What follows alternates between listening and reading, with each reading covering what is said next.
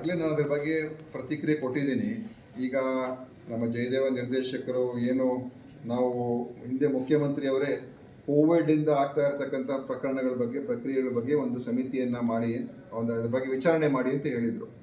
ಅದಕ್ಕೆ ಒಂದು ಸಮಿತಿಯನ್ನು ಜಯದೇವ ನಿರ್ದೇಶಕರ ಒಂದು ನೇತೃತ್ವದಲ್ಲಿ ಒಂದು 10 ಜನರ ಒಂದು ಸಮಿತಿಯನ್ನು ಮಾಡಿದ್ದು. ಸೊ ಈಗ ನಾವೇನು ಮಾಡಿದ್ದೀವಿ, ಅದು ದೊಡ್ಡ ವಿಷಯ. ಯಾಕಂತ ಹೇಳಿದ್ರೆ ಭಾಳಷ್ಟು ಸಂಶೋಧನೆ ಬೇಕಾಗ್ತದೆ ಮತ್ತು ಭಾಳಷ್ಟು ವಿಷಯಗಳು ತಿಳ್ಕೊಳ್ಬೇಕಾಗ್ತದೆ. ಅದು ಕೇವಲ ರಾಜ್ಯದಲ್ಲ, ರಾಷ್ಟ್ರ ಮಟ್ಟದಲ್ಲೂ ಕೂಡ ಅವರು ಕೇಂದ್ರದಲ್ಲೂ ಇದನ್ನು ಮಾಡಬೇಕಾಗ್ತದೆ. ನನ್ನ ಪ್ರಕಾರ ICMR ಅವರು ಕೂಡ ಈ ಎಲ್ಲ, ಯಾಕಂದರೆ ಇದು ಭಾಳಷ್ಟು ಡೇಟಾವನ್ನು ಅನಲೈಸ್ ಮಾಡಬೇಕಾಗ್ತದೆ. ಸೊ ಅದೇನೇ ಇರಲಿ, ಅದು ಆ ಸಮಿತಿ ಒಂದೇ ಇದೆ. ಆ ಸಮಿತಿಗೆ ನಾವು ಇದನ್ನು ವಹಿಸಿದ್ದೇವೆ. ನೀವು ಇದನ್ನು ನೋಡಿ, ಈ ಹೃದಯಘಾತದಿಂದ ಸಾವನ್ನು ಏನು ಅಪ್ತಾ ಇದ್ದಾರೆ, ಅದಕ್ಕೆ ಏನು ಕಾರಣ, ಏನಾಗಿರ್ಬೋದು, ಏನಾದರೂ ಇದಕ್ಕೆ ಬೇರೆ ಏನಾದರೂ ಕಾರಣಗಳಿದೆಯಾ ಅಥವಾ ಅವರ ಬ್ಯಾಕ್ಗ್ರೌಂಡ್ ಏನು ಅಂತೇಳಿ ಪ್ರತಿಯೊಂದು ಒಂದು ವಿಚಾರಣೆ ಮಾಡಿ ಒಂದು ವರದಿ ಕೊಡಿ ಅಂತ ಹೇಳಿದ್ದೀವಿ.